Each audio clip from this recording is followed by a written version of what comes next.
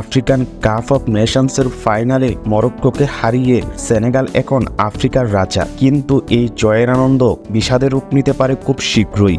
রেফারির সিদ্ধান্তের পর মাঠ ছেড়ে চলে যাওয়ার সেই নজিরবিহীন বিদ্রোহ এবার গড়াচ্ছে ফিফার টেবিলে। জিয়ান্নি ইনফান্তিনোর কড়া বার্তার পর প্রশ্ন উঠেছে, বিশ্বকাপের আগে কি নিষিদ্ধ হতে যাচ্ছে সেনেগালের কোচ ও খেলোয়াড়রা?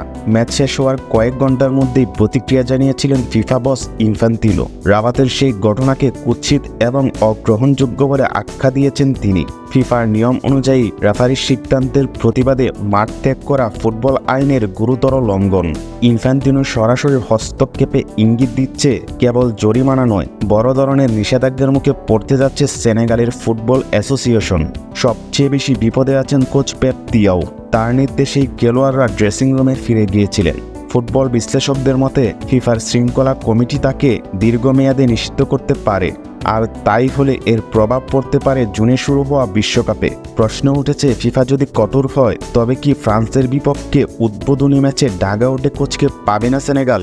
এদিকে হার মেনে নিলেও মাঠের বাইরে লড়াই চালিয়ে যাচ্ছে মরক্কো। ফিফা ও মহাদেশটির কনফেডারেশনের কাছে আনুষ্ঠানিক আইনি দাবি জানিয়েছে। সেনেগালের 15 মিনিট সেই নাটকীয় ওয়াকআউট ম্যাচের স্বাভাবিক গতি নষ্ট করেছে এবং খেলোয়াড়দের উপর মানসিক চাপ তৈরি করেছে।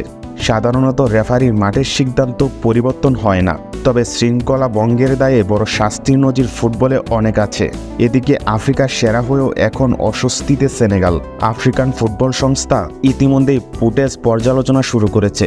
সামনের কয়েক সপ্তাহে নির্ধারণ হবে চ্যাম্পিয়ন হিসেবে তারা নির্বিঘ্নে বিশ্বকাপ খেলতে যাবে নাকি জুটবে বড় কোনো নিষেধাজ্ঞা।